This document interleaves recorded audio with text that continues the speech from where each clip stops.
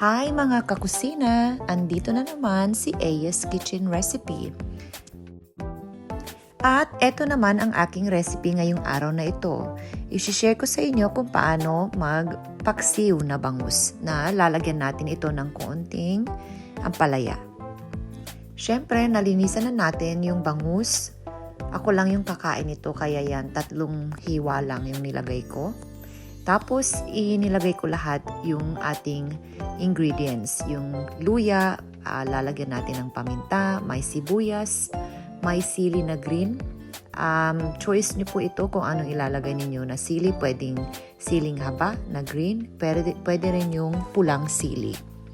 Tapos, meron tayong luya, lalagyan ng konting gulay. So, lalagyan ko ng hiniwang ampalaya. So, manipis lang yung paghiwa ng ampalaya para hindi ito mahirap lutuin.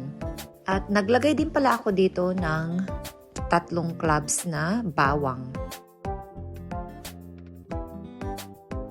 Tapos maglalagay din tayo dito ng tubig. At dito pala bahala na kayo na magtansya ng ilalagay ninyo kung gaano karami yung tubig at saka yung vinegar o yung suka. At sa ating pampalasa, gagamit ako dito ng fish sauce or patis. At saka lalagyan ko ng Himalayan salt. Ito yung pink. Yung pink na asin. At dito, dadagdagan ko pa ng konting paminta kasi masyadong konti yung nailagay ko.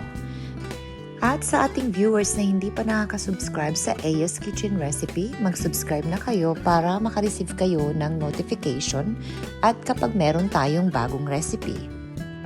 Ayan, so okay na siya lahat. So tatakpan lang natin ito at saka lulutuin ng 15 to 20 minutes sa medium heat.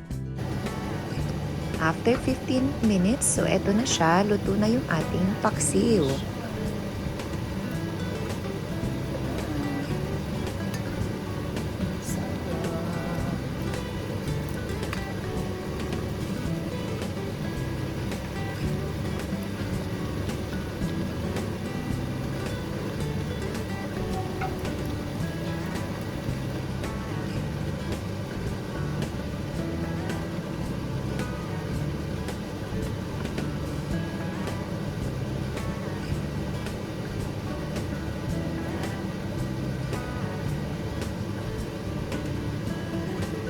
So ayan, kita-kits tayo ulit sa susunod na linggo sa bagong recipe.